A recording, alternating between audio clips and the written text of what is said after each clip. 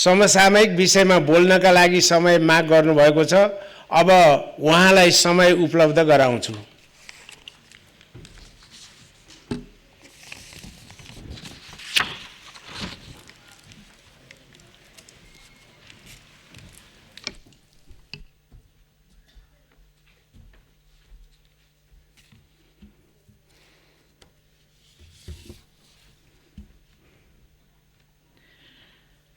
सम्माननीय अध्यक्षज्यू, म भोलि मित्रराष्ट्र थाइल्यान्डमा थाइल्यान्ड सरकारको निमन्त्रणामा भोलिबाट औपचारिक भ्रमणको लागि त्यता प्रस्थान गर्दैछु।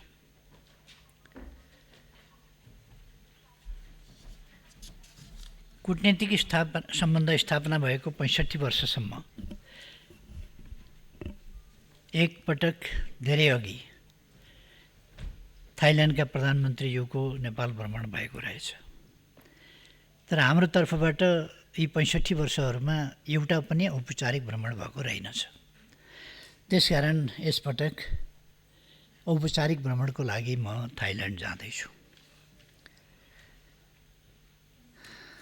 हामी नेपालीहरूको निकट छिमेकी बाहेकका देशहरूको भ्रमणमा गेटवेको रूपमा रहेको बैंककमा अहिलेसम्म औपचारिक भ्रमण नभएको सन्दर्भमा यो भ्रमण आफैमा अर्थपूर्ण छ, महत्त्वपूर्ण छ भन्ने म ठान्दछु। 19 गते अर्थात् अप्रिल 1 का दिन भोलि मेरो भ्रमण टोली बैंककतर्फ प्रस्थान गर्नेछ। 20 गते हाम्रो औपचारिक भ्रमण सुरु हुन्छ र भ्रमणको क्रममा महामहिम प्रधानमन्त्रीसँग, थाइल्यान्डका प्रधानमन्त्रीसँग द्विपक्षीय वार्ता हुन्छ। यसपटक पर्यटन र संस्कृतिको सन्दर्भमा 2वटा समझदारी पत्रमा हस्ताक्षर पनि हुन्छ। दुई प्रधानमन्त्रीको उपस्थितिमा गैर सरकारी क्षेत्रबीच 6वटा समझदारी पत्रमा हस्ताक्षर हुनेछ। द्विपक्षीय वार्तापछि थाइल्यान्डका प्रधानमन्त्रीसँगै मैले संयुक्त प्रेस ब्रिफिङमा भाग लिनेछु। थाइल्यान्डका नरेशसँगको भेटपछि एक दिने औपचारिक भ्रमण समाप्त हुनेछ र यो एउटा औपचारिक भ्रमण आदान प्रदानको नयाँ सुरुवात हो। हाम्रो तर्फबाट त यो बिल्कुलै सुरुवात हो। 21 गते अर्थात् 3 अप्रिलका दिन बिहान थाइल्यान्डका प्रतिष्ठित व्यवसायीहरूसँग मेरो भेटघाट र छलफल हुनेछ। दिउँसो एसियन इन्स्टिच्युट अफ टेक्नोलोजीमा मैले सम्बोधन गर्नेछु। साँझ हुने बिम्स्टेक शिखर सम्मेलनका नेताहरूलाई दिने औपचारिक डिनरमा सहभागी भइनेछ। समयको चाप छ। अधिकांश सदस्य देशका नेताहरू 21 गते मात्र बैंकक आइपुग्ने तालिका छ।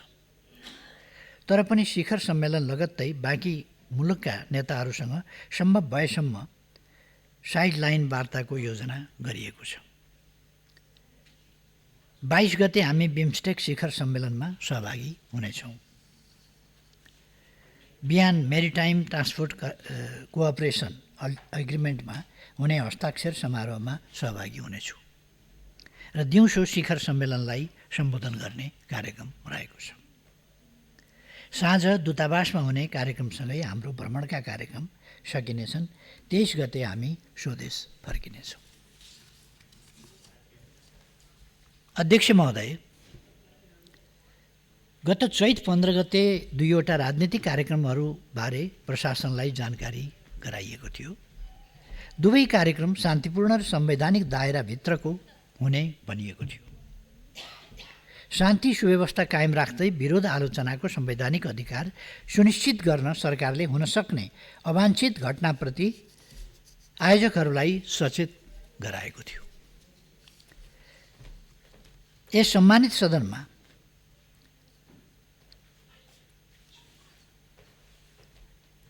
राम्रो उपस्थिति रहेका दलहरूको मूल नेतृत्वमा समाजवादी मोर्चाले काठमाडौँको प्रदर्शनी मार्गमा भव्य सभा गर्यो। आफ्नो धारणा सार्वजनिक गर्यो, सरकारलाई खबरदारी गर्यो, संविधान र व्यवस्थाप्रति आफ्नो प्रतिबद्धता जनायो। शालीन जुलुससहित भएको त्यस कार्यक्रमका आयोजकहरूलाई धन्यवाद ज्ञापन गर्दछु। हाम्रो सङ्घीय लोकतान्त्रिक गणतन्त्रलाई सुदृढ गर्ने विधि यस्तै हो भन्ने पनि म ठान्छु। काठमाडौँको तीनकुनेमा अर्को सभाको लागि स्थान दिइएको थियो। त्यस कार्यक्रममा आयोजक को हुन् भन्नेमा केही आशंका र दुविधा समेत थियो। को हो जस्तो जो आयोजक हो ऊ घरै बस्छ, बाहिर निस्किँदैन। उचालेका तिखारेका मान्छेहरू सडकमा देखिन्छन्। त्यस्तो अवस्था थियो। त्यस कार्यक्रमका उद्देश्य जे बताइँदै थियो त्यसमाथि नै आशंकाका आधार थिए। दुविधा यस अर्थमा थियो, त्यसका आयोजकमध्ये केही नाम संसदमा उपस्थित भएकै दलका नेताहरूको पनि थियो। तर तीनकुनेका आयोजकहरूले पहिले प्रशासनलाई जानकारी गराए अनुसार सभा गरेनन्। उत्तेजक प्रदर्शन र अराजनीतिक नारासहित भिड सलबलाउन थाल्यो। सभा वा मन्तव्य होइन, प्रदर्शनको कथित जनकमान्डर आफैले हाँकेको गाडी प्रहरीमाथि नै चढाउने गरी निषेधित क्षेत्र तोड्न दौडाइयो। भिड नियन्त्रण गर्न प्रशासनले गरेको प्रयासका विरुद्ध प्रहरीको बन्दुक खोज्ने, गुण्डागर्दी र कुटपिट गर्ने, प्रहरीमाथि ढुङ्गामुढा गर्ने, आक्रमण गर्ने, लुटपाट गर्ने र आगजनी गर्ने जस्ता वारदातहरू सुरु गरियो। हुँदा निजी व्यक्तिको घर, सार्वजनिक भवन, सञ्चार गृह, पार्टी कार्यालय, औषधि कारखाना र सवारीका साधनमाथि ढुङ्गामुढा गर्ने, तोडफोड गर्ने, आगजनी गर्ने र डिपार्टमेन्टल स्टोरहरू लुटपाट गर्ने, तोडफोड गर्ने, लुटपाट गर्ने जस्ता आपराधिक घटनाहरू सुरु गरियो। निजी व्यक्तिको घरमा आगजनी मात्रै गरिएन, मानिसलाई भित्रै थुनेर बाहिरबाट ताला लगाई जिउँदै ढडाउने हिंसक आततायी कार्य भयो। अन्तर्राष्ट्रिय विमानस्थलमा आगजनी गर्ने र प्रज्वलनशील पदार्थमा आगो लगाई विस्फोट गराउने आतङ्ककारी काम समेत त्यस्ता प्रयासहरू भए। प्रहरीका सवारी साधन मात्रै होइन, आगो निभाउन गएका दमकलमाथि समेत आक्रमण गरियो। यी सबै निन्दनीय र खेदजनक कार्य हुन्। यस्ता घटनामा संलग्नहरूमाथि जोसुकै हुन्, जुनसुकै कभरमा किन नहुन्, कडा प्रशासनिक कारबाही हुन्छ। घटनाको विस्तृत विवरण उपयुक्त समयमा गृहमन्त्रीज्यूले राख्नु नै हुनेछ सदन समक्ष। घटनामा संलग्नहरूमाथि छानबिन सुरु भएको छ।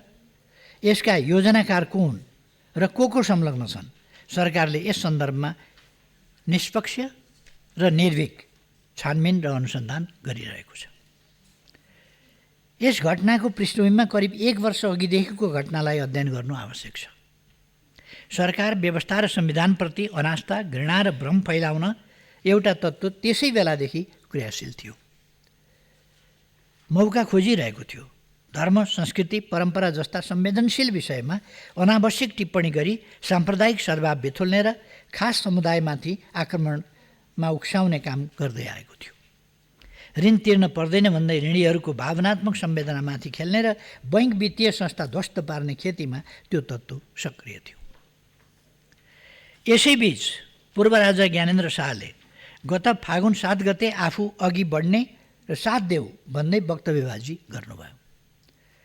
त्यसको लगत्तै ठाउँ ठाउँमा स्वागत कार्यक्रम राख्दै जनमत भड्काउने काम सुरु गरियो। फागुन 25 गते कथित स्वागत सवारी आयोजना गरियो र चैत 14 गते समाज बिथुल्न लागि परेका एकजना अवाञ्छित व्यक्तिलाई आफ्नै निवासमा डाकेर कथित जनकमान्डर तोक्नुभयो र हिंसात्मक वारदातका लागि खटाउनु भयो। प्रारम्भिक अध्ययनमा यी सबै घटनाले स्पष्ट पार्छ पूर्व राजा ज्ञानेन्द्र शाहले संविधान सभाको ऐतिहासिक निर्णयपछि भएको सम्झौताको उल्लङ्घन गर्नुभएको छ।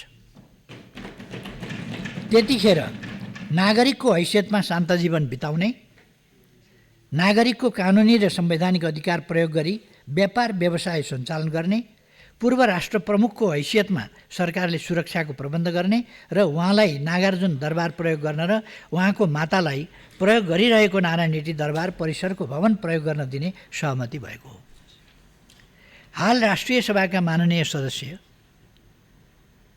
एवं तत्कालीन गृहमन्त्री श्री कृष्ण प्रसाद सिटौलाले सरकारको तर्फबाट संवाद व्यवस्थापन गर्नुभएको थियो।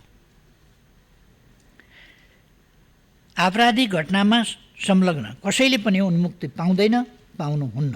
यसमा पूर्व राजा शाहले पनि उन्मुक्ति पाउनुहुन्न। फेरि राजा बन्छु, व्यवस्था मास्छु भन्नेले यी सबै श्रृङ्खलाबद्ध घटनामा आफ्नो धारणा सार्वजनिक गर्नु पर्दैन। मानिसलाई मर्नलाई दुरुत्साहन गर्ने जनकमान्डर, इतिहासको कुनामा फ्याँकेका व्यक्ति अभियानका संयोजक, धनजनको क्षति र लुटपाट, शासक बन्ने मनसुबा बोक्ने व्यक्ति सिरकभित्र चुपचाप कसरी बस्न सक्छ? यी सबै घटनाको मूल जिम्मेवार उहाँ हो, ज्ञानेन्द्र शाह। उहाँले लिनुपर्छ।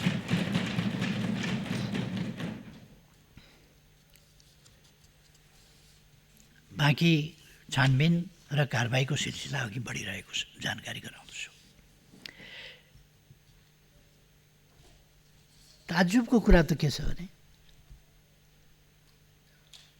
दुनियाँका अगाडि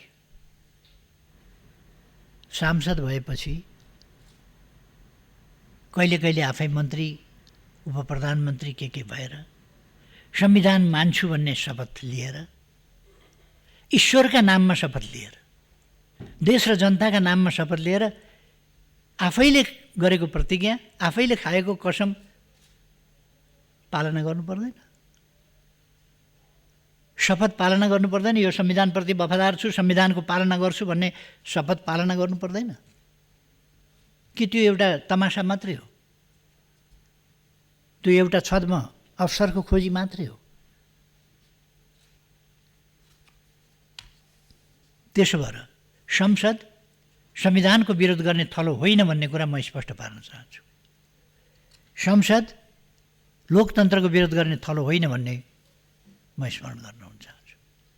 संसद संविधान सभा जसले लोकतान्त्रिक प्रणालीलाई व्यवस्थित गर्यो, गणतन्त्र घोषणा गर्यो, राजतन्त्रलाई विदा गर्यो, त्यो गरिमामय संसदमा आएर फेरि राजतन्त्र बिउताउँछु भन्ने कुरा, गणतन्त्रात्मक लोकतान्त्रिक प्रणालीको विरोध गर्ने कुरा, सङ्घीय लोकतन्त्रको विरोध गर्ने कुरा, गणतन्त्रको विरोध गर्ने कुरा, यो संसदमा संविधान सम्मत हुँदैन र असंवैधानिक क्रियाकलाप गर्ने थलो संसद हुन सक्दैन। म स्पष्ट पार्न चाहन्छु। सम्मान्य अध्यक्षज्यू, केही दिन यता संसद अवरुद्ध छ। सुशासन र त्यसमा कम्प्रोमाइज भएका विषयमा प्रश्न उठ्नु स्वाभाविक छ। सरकारका काम कारबाहीप्रति प्रश्न उठाउने वा समर्थन गर्ने स्थल नै यो सम्मानित सदन हो। तर अहिले विषय सामान्य छ। एकजना कर्मचारीको विषयमा प्रश्न उठेको छ। सदन अवरुद्ध छ। महत्त्वपूर्ण संसदीय कार्यमा बाधा पुगेको छ। राष्ट्रसेवक कर्मचारीहरूको गुणदोष टिप्पणी गर्ने स्थल चाहिँ यो गरिमामय संसद हो भन्ने मलाई लाग्दैन। त्यसको प्रक्रिया छ। राम्रो काम गर्नेलाई पुरस्कृत गर्ने र दोषीलाई, त्रुटि गर्नेलाई कारबाही गर्ने विधि पनि यसै सदनले निर्धारित गरेको छ। यति चाहिँ भनौँ, सामान्यतः कुनै पनि कर्मचारीबाट सरकारप्रति, विभागीय मन्त्रीप्रति, देशको हितप्रति प्रतिबद्धता देखिएन, लोयल्टी देखिएन भने कारबाहीको विषय बन्छ। विभागीय मन्त्रीको ठहर या मन्त्री परिषदले गरेको कारबाही ठिक छ छैन भन्ने कुराको निरूपण गर्ने पनि विभिन्न निकायहरू छन्, ठाउँहरू छन्। त्यसको पनि परीक्षण होला, हुने ठाउँमै होला। त्यस्तो अवस्थामा सरुवा गर्ने, जगेडामा राख्ने, स्पष्टीकरण माग्ने, नसिहत वा चेतावनी दिने वा पदमुक्त गर्ने सम्मका काम सरकारले गर्छ। यो मामुली कुरा हो। पहिले पनि भएको छ, अहिले पनि भएको छ। चित्त नबुझ्ने पक्षले कानुनी उपचारको हक राख्छ, त्यो पनि हुने गरेको छ, भइरहेको छ।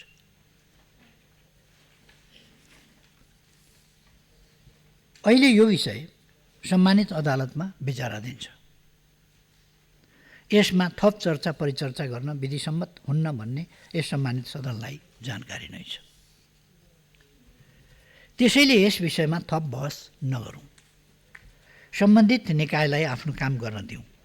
राम्रो काम गरेका व्यक्तिको पनि अनावश्यक चर्चा परिचर्चा हुँदा उपयुक्त निष्कर्ष आउन पाउँदैन। व्यक्तिको नियुक्तका विषयमा वा कुनै पनि कारबाहीका विषयमा संसदले त्यसमा हात हाल्न थाल्यो भने, त्यसलाई आफ्नो विषय बनाउन थाल्यो भने कानुन निर्माण गर्नुपर्ने आफ्नो दायित्वबाट कर्मचारीको नियुक्ति, सरुवा वा कारबाही वा नसिहत वा प्रमोसन वा सम्मान पुरस्कार यी विषयहरूमा संसदले हात हाल्न थाल्यो भने संसदका काम कारबाही चाहिँ छुट्छन्, जस्तो अहिले छुटिराखेको छ। यस्तो नहोस् भन्ने म आग्रह गर्न चाहन्छु। र व्यक्तिको नियुक्ति वा अन्य कारबाहीका विषयमा यो गरिमामय सदन विभाजित पनि हुँदैन, हुन जरुरी छैन। बरु अबदेखि यस्तो गर्दा हुन्छ होला। लोकसेवाबाट नियुक्ति हुने बाहेक अन्य प्रक्रियाबाट सरकारले नियुक्ति गरेका व्यक्तिहरू सरकार फेरिँदा स्वत पदमुक्त हुने विधि अपनाए हुन्छ। त्यो गरौँ। सल्लाहकारदेखि महान्यायाधिवक्ता र राष्ट्रिय योजना आयोगसम्म त अहिले पनि प्रधानमन्त्री फेरिँदा स्वत फेरिने हामीले व्यवस्था गरेकै छौँ। अरू पनि पोलिटिकल एपोइन्टमेन्ट, खास गरी लोकसेवाले नियुक्त गरेका बाहेक अरूलाई त्यही विधिमा जाउँ, यसमा सल्लाह गरौँ।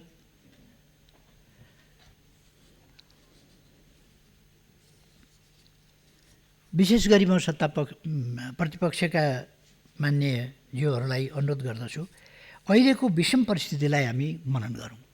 यो सामान्य अवस्था होइन। यस्तो असामान्य अवस्थामा यस्ता कुराहरूमा अल्झिएर एउटा कर्मचारीको विषयलाई लिएर यहाँ व्यवस्थामाथि हमला भइरहेको छ, यहाँ सुशासनमाथि यत्रो धज्जी उडाइएको छ, शान्ति सुव्यवस्थामाथि धज्जी उडाइएको छ, मान्छेका निजी घर पार्टीका कार्यालय तोडफोड आगजनी गरिएको छ, निजी व्यवसायमाथि हमला भएको छ, लुटपाट भएको छ। यस्तो अवस्था छ। प्रहरी हाम्रो दाजुभाइ होइन, उसमाथि के जस्तो पनि आक्रमण गरे हुन्छ, गाडी लगेर खिचिदिए पेलिदिए हुन्छ। यस्तोसम्मको अराजकता देशमा सिर्जना गर्न खोजिएको छ प्रतिगमनका लागि। यति बेला हामी एकजुट भएर जनतालाई जगाएर व्यवस्था र संविधानको रक्षा गरेर यिनलाई सफल बनाएर अगाडि जानु पर्नेमा हामी ससाना नियमहरूमा अल्झिरहेका छौँ। नअल्झ्यौँ भन्ने म आग्रह गर्न चाहन्छु। एकताबद्ध भएर लडेर ल्याएको हामीले यो सदनको अवरोधलाई अन्त्य गरेर एकताबद्ध भएर हामीले लडेर ल्याएको सङ्घीय लोकतान्त्रिक गणतन्त्रलाई सुदृढ गरौँ। हामी आफैले बनाएको संविधानलाई समृद्ध बनाऊँ, मेरो आग्रह छ। संविधानको जहाँसम्म कानुन निर्माणको प्रश्न छ, अध्यादेश 6वटा मध्ये एउटा हामीले पेश गरेनौँ। 6वटा मध्ये 5वटा समयभित्रै 5वटा दुवै सदनहरूबाट स्वीकृत भइसकेका छ। अध्यादेश स्वीकृत हुनुपर्ने कुरा भइसकेका छ। अब अध्यादेश भनेको कुरा यो अध्यादेशको सम्बन्धमा संविधानको धारा 114 को 2 ले व्यवस्था गरेको छ। त्यसअनुसार नै हुने कुरा छर्लङ्गै छ भन्ने म ठान्दछु। त्यसो भएर म आग्रह गर्न चाहन्छु कि यसलाई अब कहाँ पुर्याउँछौँ त हामीले। यसर्थ म आज प्रतिपक्षको भावनाको कदर र सम्मान गर्दै यस सदनमा अहिलेको परिस्थिति, अहिलेका गतिविधि, मेरो थाइल्यान्डको भ्रमण, बिम्स्टेकको शिखर सम्मेलनदेखि लिएर अहिले हाम्रो बिचमा चलिरहेको साना मसिना कुरामा जहाँ हामी एउटा इगोको जस्तो विषय बनाएर अल्झिरहेका छौँ, यसलाई इगोको विषय नबनाऊ र सदन सुचारू गरौँ, म आग्रह पनि गर्न चाहन्छु। अहिले योभन्दा बढी भन्नुभन्दा अध्यक्ष महोदय, फेरि एकपल्ट म ध्यान दिनुपर्ने विषयतिर ध्यान दिउँ, त्यसतिर केन्द्रित हौँ, मुख्य विषयमा केन्द्रित हौँ, साना कुरामा नअल्झ्यौँ भन्ने आग्रह गर्दै आफ्नो भनाइ टुङ्ग्याउँछु। धन्यवाद। समय दिनुभएकोमा धन्यवाद।